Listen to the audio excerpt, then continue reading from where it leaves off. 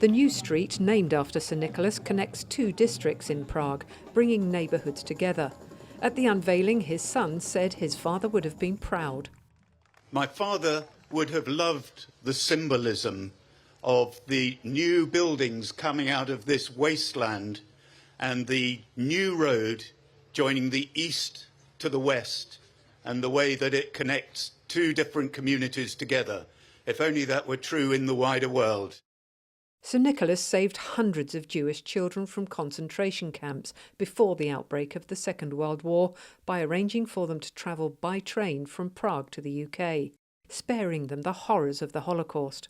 The whole thing, quite frankly, is all so terrible that even in retelling it, you can't believe it happened.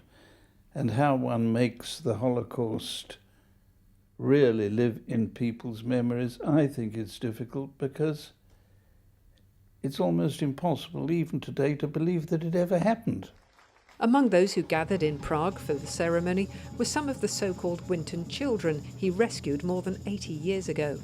It's deeply moving to be standing here in Prague alongside the fellow Winton children, 85 years since the Nazis tore our world apart. It was through the resourceful and courageous action of Nicholas Winton and colleagues that so many Czech Jews were given the chance to make a new life.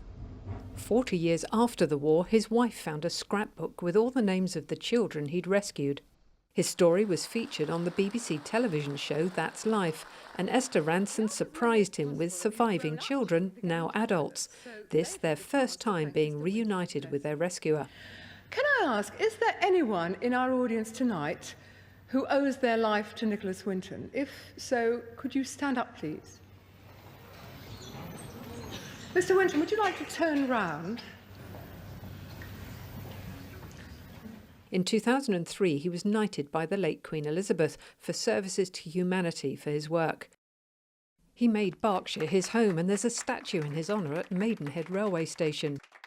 Now in the Czech capital, there's a permanent memorial too. Penny Sylvester, ITV News.